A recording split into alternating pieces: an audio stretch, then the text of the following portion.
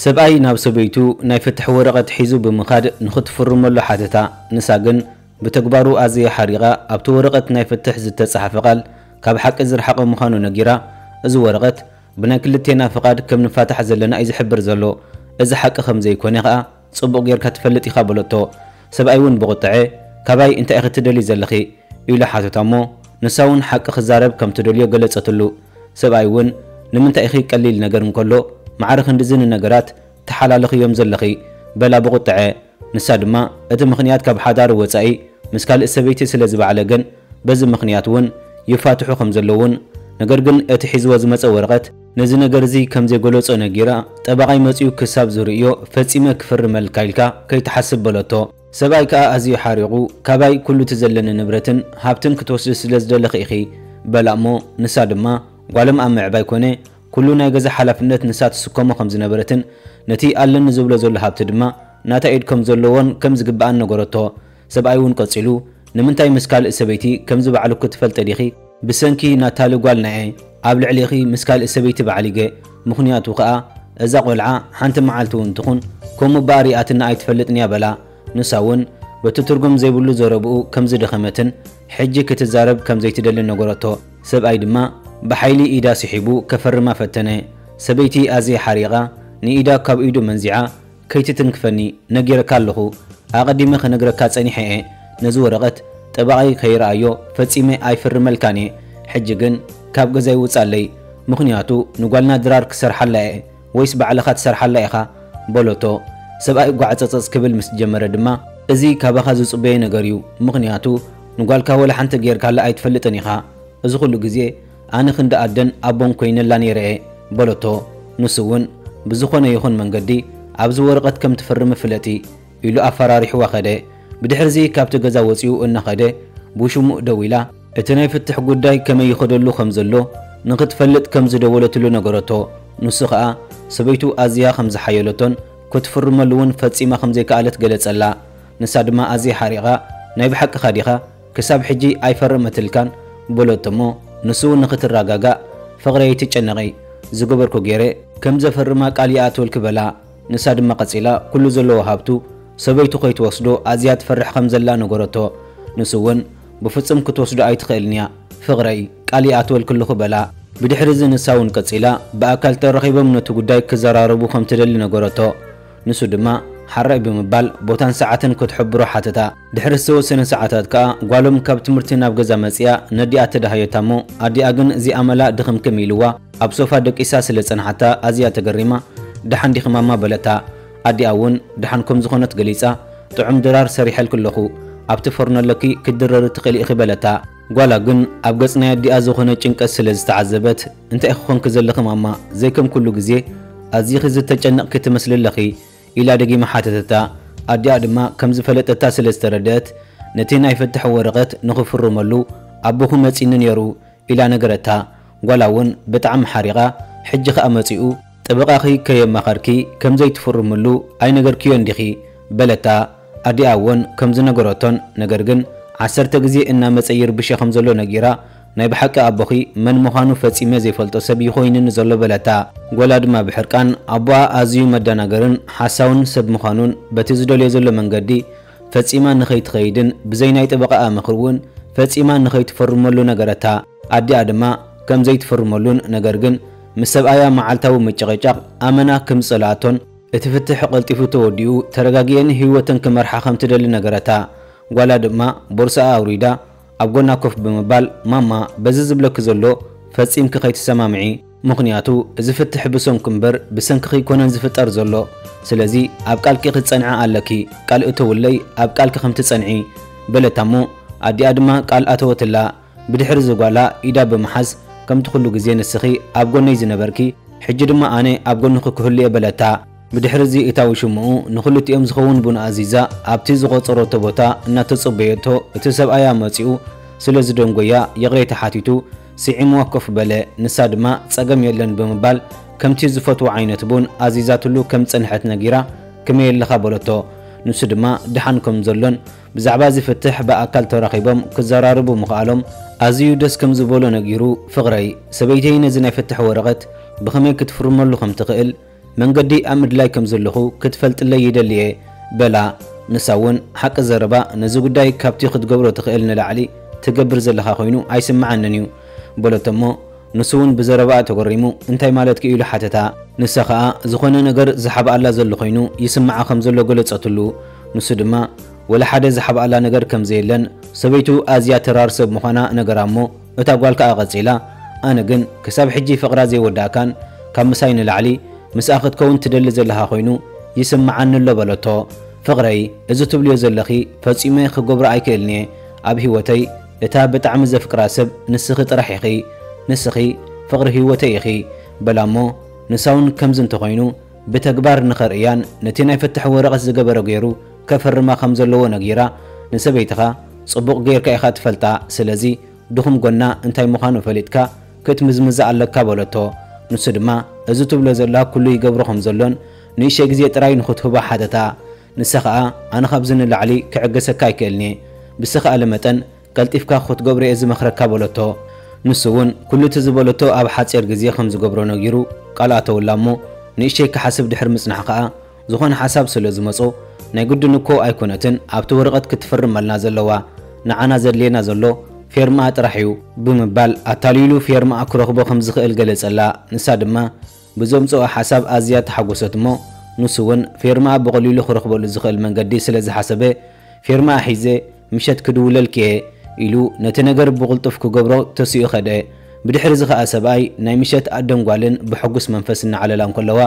ናብ ገዝአን ብምኻድ ማዕጾ ካሕኩሕ እሞ ጓላ ድማ ዘቖጸርክዮ ሰበለ ድዩ ኢላ ነዲኣ ሓተተታ ኣዲኣ ከዓ ወላ ሓደ ትጽበዮ ሰብ ከም ዘየለ ነገረታ እሞ ጓላ ብጥንቃቐ ናብቲ ማዕጾ ኸይዳ በቲ ናኻል ይዕንታ ኣስልዩኻ ተመልከተት ኣቦኣ ምዃኑ ምስ ረኣየት ከዓ ደስ ከም ዘይበላ ዘመልክት ብምስንፋስ ባባ እዩ ርግጸኛ ሕጂ እውን ነቲ ወረቐት ንኽትፍርመሉ ክርብሸኪ መጺእ ዘሎ ኢላ ብምዝራብ ነዲኣ ነቲ ማዕጾ ኸፈተቶ ኣቦኣ ድማ ሰላም ዛጓለይ ከመይ ቀኒኽለይ በላ ንሳ ግን መጀመርታ ኣነ ጓልካ ኣይኮንኩን ድሓር ማማ ኣብዚ በዓልኻ ዝደረስካዮ ዘይረብሕ ወረቐት ኣይትፍርመልካን እያ ግዜኻ ኢኻ ተባኽን ዘለኻ ኢላ ጐዲፋቶ ኸደት ሰበይቱ ምስ መጸት ድማ እቲ ሰብኣይ ክሳብ ሕጂ ጸሊኣትን እያ ዘላ ሓቀይ ኢሉ ሓተታ ንሳ ድማ እንታይ ከተጸቢኻ ከምኡ በመጠን ወላ ሓንቲ ነገር እኮ ጌርካላ ኣይትፈልጥን ኢኻ በለቶ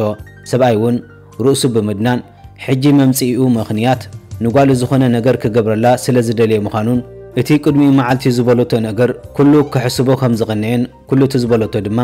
ሓቂ ከም ዝኾነ ነጊሩ ኣዝዩ ዝሕፍር ኣቦየ ነይረ ካብ ሕጂ እንድሓር ግን ኣዝዩ ዝኽሪ ዓቦ ክኸውን ወሲነ ኣለኹ ኢሉ ካብ ጅብኡ $500 ውፅኢ ሃባ ቁፅሪ ኢሉ ከዓ ቅድሚ ቤት ፍርዲ ውሳኔ ምሃቡ ናይ ቀለብ ቆልዓ ክኽፍል ከም ዘይግባኣኒ ይፈልጥ እየ ነገር ግን ዘጋጠመ ነገር የጋጥም ኩሉ ግዜ ጓለይ ምዃና ክትፈልጥ እየ ዝደሊ በላ ሰበይቱ እውን ተቐቢላ እንታይ ስለ ዝደለኸ ኢኻ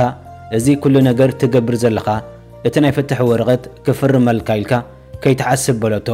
ንሱ ከዓ ወላ ሓደ ዝደልዮ ነገር ከም ዘይብሉን ነቲ ናይ ፍትሕ ወረቐት እውን ክትፍርመሉ ከም ዘይደሊ ነጊሩ ኣብዚኣ ጥራይ ፈርምለይ ንዓኽን ጓለይን $500 ከም ዝሃብኩኽን ዝሕብር ወረቐት እዩ ኢሉ ሃባ ሰበይቱ ድማ ስለምንታይ ኣብዚ ክፍርመልካ ትደሊ ኣለኻ ኢላ ሓተቶቶ እሞ ንሱ ከዓ ጠበቓይ ከም ትሕግዘን ዶኪመንት ክህልወካ ጽቡቕ ስለ ዝበለንን ከምኡውን ቤት ፍርዲ ንኽሕግዘክን ፈቓደኛ ከም ዝኾንኩ ክፈልጥ ስለ ዝደለኹ እየ በላ ብሓሶት ምህዘብ ኢሉ ንሳ ድማ እንታይ ከም ዝደለኻ ሕጂ ጽቡቕ ገይሩ ተረዲእኒ ኣሎ እዚ ኩሉ ትገብሮ ዘለኻ ቤት ፍርዲ ንፉዕ ኣቦ ከም ዝኾንካ ክፈልጠልካ ስለ ዝደለኸ ኢኻ ሓቀይ ኩሉ ግዜ ንናትካ ጥቕሚ ጥራይ ከም ትሓስብ ዶ መዓስ ጠፊእኒ በለቶ ንሱ እውን እዚ ገንዘብ ትደልዮ ዲኺ ወላስ እንታይ እስከ ነዚ ወረቐት ርጊእ ኢልካ ኣንብብ እዮ ረሲድ ጥራይ እኮ እዩ በላ ንሳ ከዓ ነቲ ወረቐት ተቐቢላ ጽቡቕ ጌራ ብምንባብ ፈሪማ ካብ ገዛኣ ንክኸደላ ማዕጾ ኣብ ገጹ ዓጽወቶ እሞ ንሱ ከዓ ስለ ዝፈረመትሉ ኣመና ተሓጒሱ ደስ እናበሎ ተመለሰ ብድሕሪ እዚ ኣብ ገዝኡ ኸይዱ ነቲ ዝፈረመትሉ ወረቐት እናረኣየ ነቲ ናይ ሰበይቱ ፌርማ ኣብ ካልእ ወረቐት ክለማመዶ ጀመረ ድሕሪ ብዙሕ ፈተናታትን ምልማድን እውን ኣብ መወዳእታ ነቲ ፌርማ ናይ ሰበይቱ ዝመስል ብልክዕ ኣምጽኦ እሞ ኣዝዩ ተሓጐሰ ነቲ ናይ ፍትሕ ወረቐት ፈጺምኪ ከም ዘይትፈርምለይ ይፈልጥ ነይረ እየ ንስኺ ክሳብ ዘይፈረምክዮ ድማ ባዕለይ ክፍርመልኪ ናይ ግድን እዩ ኢሉ ካብቲ ክለማመደሉ ዝወዓለ ወረቐት ቀዲሑ ነቲ ናይ ፍትሕ ወረቐት ባዕሉ ፈረመሉ ንጽባሒቱ ቃ ሰብኣይ ናብ ውሽሙኡ ደው ኢሉ ከምቲ ዝመኸረቶ በታ ዝዓበየት ድኹም ግን ናይ ሰበይቲ ዝኾነት ጓሎም ተጠቂሙ እቲ ናይ ፍትሕ ወረቐት ከም ዝተፈረመ ነገር እሞ ንሳ ድማ ብተግባሩ ብጣዕሚ ስለ ዝተሓጎሰት እዚ እዩ ንተፍቅሮ መስዋእቲ ምኽፋል ዝበሃል በለቶ ንሱ ድማ ቆፂሉ ሕጂ ብሰላም ክንምርዖ ንኽእል ኢና ፍቕረ ይበላ ንሳ እውን ደስ እናበላ ብጣዕሚ ደስ እናበለኒ ኸ እምበር ግዜ ከይወሰድና ሎሚ ንመርዖ በለቶ ንሱ እውን ሎሚ ብጣዕሚ ቀልጢፍና ፍቕረይ ክሳብ ቤት ፍርዲ ነቲ ናይ ፍትሕ ወረቐት ዝቕበልዎ ዝተወሰነ ግዜ ከም ዝወስድ ርግፀኛ ይበላ ንሳ እውን ነቲ ናይ ፍትሕ ወረቐት ናብ ቤት ፍርዲ ከብፅሕዎን ኣብ መንጎ ክልቲኦም ወላ ሓንቲ ዘከራኽር ነገር እንተዘይተረኺቡ ብዝተኸኣለ መጠን ብቕልጡፍ እቲ ፍትሕ ክፍፀም ከም ዝኽእል ርግፀኛ ምዃና ነገረቶ ንሱ ድማ ሰዓቱ ብምርኣይ ድሕሪ ሰዓት ኣብ ቤት ፍርዲ ንኽራኸቡ ቆፀራ ብድሕሪ እዚ ብሓደ ኮይኖም ነቲ ናይ ፍትሕ ወረቐት ናብ ቤት ፍርዲ ኣቕረብዎ እሞ ድሕሪ 60 መዓልትታት ድማ ነቲ ናይ ፍትሕ ወረቐት ቤት ፍርዲ ተቐበሎ በዚ ድማ እቲ ሰብኣይ ብዙሕ ግዜ ከይተፀበየ ንጽባሒቱ ደጊሙ ክምርዖ በቕዐ ተመርዕዮም ንምሸቱ ብሓደ ግዜ እናሓለፉ እቲ ሰብኣይ ፍቕረይ ንስኺ ኣዝኺ ተገርሚ ፍጥርቲ ኢኺ ብጣዕሚ እየ ድማ ዘፍቅረክ ክበላ እሞ ንሳ ግን ከይተገደሰት ሕጂ ክኸይድ ኣለኒ ኢላ ካብቲ ዓራት ተንስአት ንሱ እውን ተገሪሙ ሕጂ ደኣ ናበይ ክትከድ በላ ንሳ ኸኣ ናበይ ትኸይድ ከም ዘላ ከም ዘይትፈልጥን ርግፀኛ ከም ዘይኮነትን ነገረቶ ሰብኣይ እውን ተቐቢሉ ጽባሕ ናብ ናይ ምዝዋር መደብ ከም ንኸይድ ግን ኣይትረስዑ እየ ክበላ ንሳ ግን ናብቲ ናይ ምዝዋር መደብ ከም ዘይትኸይድን ስለ ተፍቅሮ ዘይኮነት ንገንዘብ ኢላ ከም ዝተመርዓወቶ ኣብ ኣፉ ተርካዓትሉ ሰብኣይ ብዘይ ዘረባ ሰንቢዱ እንታይ ክትዛረብ ዘለኺ ኢሉ ሓተታ እሞ ንሳ ድማ ሃብታምን ብዙሕ ንብረት ከም ዘለዎ ምስ ፈለጠት ዘለዎ ኩሉ ሃብቲ ንኽትካፈል ኢላ ከም ዝተመርዓወቶ ብግልፂ ነጊራ ንዓኻ እቲ ትደልዮ ዝነበርካ ሂበካ ኣለኹ ኣነ እውን እቲ ዝደልዮ ነገር ረኺበ ኣለኹ ስለዚ ካብ ሕጂ ንድሓር ክሪኤካ ይደለኒ የበለቶ ሰብኣይ ብስምባደይ እቲ ነገር ምርዳእ ኣቢዎ ፍርቂ ሃብተይ ክትወስዲ ኢልኪ ኢኺ ተመሪዕኽኒ ማለት ድዩ ኢሉ ሓተታ ንሳ ድማ ጽቡቕ ኣለኻ ሕጂ ክኸይድ ኣለኒ ኣብዚ ሰሙን እቲ ናይ ፍትሕ ወረቐት ክሰደልከየ ብዝተኸኣለካ መጠን ቀልጢፍካ ፈሪምካ ስደደሊ ኢኻ በለቶ ሰብኣይ ኩሉ ነገር ደንፂዎ ስለምንታይ ግን ስለምንታይ ከምዚ ጌርክኒ በላ እሞ ንሳ እውን ንዚ ደኣ እንታይ መልሲ ደሊኻሉ ደንቆሮ ስለ ዝኾንካየ ከምዚ ገይረ ካይላ ገዲፋቶ ኸደት ንሱ እውን ብኣዝዩ ከቢድ ሓዘን እዚ ፈፂሙ ንዓይ ኣይግባኣንን እዩ ብምባል ኣማረረን ኣስተንተናን ንመን ከይግብኦ እንተተባሃለስ እንታይ ምበለ ድሕሪ ሰሙን ድማ ኣዝዩ ሓዚኑ ናብ ሰበይቱ ኸደ እሞ ሰበይቲ እውን ኣዝዩ ሓዚኑ ስለ ዝረኣየቶ ደንጊፃ ናብ ውሽጢ ገዛ ከኣቱ ማዕፆ ከፊታ ተቐበለቶ ብድሕሪ እዚ ኸኣ ንሱ ኣዝዩ ዓሻ ከም ዝነበረን እታ ውሽምኡ ከም ተፃወተትሉን ንገንዘብ ኢላ ከም ዝቐረበቶ ነገራ ሰበይቱ ድማ በዚ ትብለኒ ዘለኻ ፈፂመ ኣይግረምኒ የበለቶ እሞ ንሱ ድማ ቀፂሉ ከም ዓሻ ከም ተፃወተትሉን ነቲ ናይ ፍትሕ ወረቐት ባዕሉ ንኽፈርሞ ብዙሕ ከም ዝደፋፍአቶ ገለጸላ ሰበይቱ ኸኣ ኩሉ እቲ ዝገበሮ ነገር ከም ዝፈለጦቶን ጠበቓኣ ነቲ ናይ ፍትሕ ወረቐት ናብ ቤት ፍርዲ ኸይዱ ከም ዝረኣዮ ነጊራ ቤት ፍርዲ እውን ንዓይ ከም ዝተፋትሐ እዩ ዝፈልጠኒ ጸኒሑ ስለዚ ኣነ ሕጂ ነፃ እየ ማለት እዩ ብሓሶት ናተይ ፊርማ ባዕልኻ ኣብቲ ናይ ፍትሕ ወረቐት ፈሪምካ ነቲ ናይ ፍትሕ ወረቐት እውን ቤት ፍርዲ ምስ ተቐበልዎ ምሳ ውሽማኻ ተመሪዕኻ ኢላ ኩሉ እቲ ዝገበሮ ገበን ነገረቶ ንሱ ድማ ተታሊለ እዚ ኩሉ ፈፂመ የበላ ንሳ ኸኣ እዚ ኩሉ ክትገብር ወላ ሓደ ዘታለለካ ኾነ ብሓይሊ ዘገደደካ ሰብ የለን በለቶ እሞ ንሱ እውን ተቐቢሉ ጽቡቕ ኣለኺ ፌርማኺ ባዕለይ ንኽፍርሞ ወላ ሓደ ዝገደደኒ ሰብ የለን ግን ይቕረ ግበርለይ ብዝገበርክዎ ነገር ኣዝየ ሓፊረ በጃኺ ይቕረ ግበርለይ ብዘይካ ንስኽን ጓለይን ወላ ሓደ የብለይን በላ ንሳ ኸኣ እዚ ጉዳይ ይቕረ ብምባል ጥራይ ዝግደፍ ነገር ኣይኮነን ንስኻ ኣብ ቤት ማእሰርቲ ጥራይ ኢኻ ክትመሃር ዘለካ በለቶ እሞ ፖሊስ ካብቲ ተሓቢእዎ ዝነበረ መፂኡ ከይትንቃሳቐስ ብዝገበርካዮ ገበን ኣብ ትሕቲ ቀይዲ ኣቲኻ ኣለኻ ኢሉ ኣሰሮ ሰበይቱ እውን ቀፂላ ናብዚ ከም ትመፅእ ደው ኢልካ ምስ ነገርካኒ እየ ነዚ ፖሊስ ፀዊዐዮ ካብ ሕጂ ንድሓር ንፉዕ ኣቦ ክኸውን እየ ምስ በልካኒ ኣሚነካ ነይረ እየ በለቶ ኣዝያ ተቖጢዓ ንሱ ምሕረት ክትገብረሉ እኳ እንተሓተታ ንሳ ግን ወላ ሓደ ምርጫ ከም ዘይብላ ነጊራ ብዘይ ወላ ሓደ ምሕረት ነቲ ፖሊስ ሒዝዎ ንክኸይድ ነገረቶ እቲ ፖሊስ ድማ ኣሲሩ ሒዝዎ ኸደ ተፈጸመ ክቡራትን ፍትዋትን ቤተሰብ ምሕሳር እዛ ቪድዮ ኣብ ህይወት ንሓደ ሰብ ክትታለል እንከለኻ ንዓኻ እውን ኣብ ምላሹ ዘታለካ ሰብ ክትርክብ ምዃንካን ናብ ካልኦት ዝወርወርካዮ ሕማቕ ተግባራትካ ተመሊሶም ከም ዝወግኡኻ እያ ትምህረና እንተፈቲኹማ ናብ ካልኦት ሰባት መታን ክትበፅሕ ሼር ላይክ ምግባር ኣይትረስዑ ኢኹም ሙቕ ሰላምታይ እውን ይረሳዕኩን ክሳብ ብኻልእ ቪድዮ ዝምለሰኩም ሰላም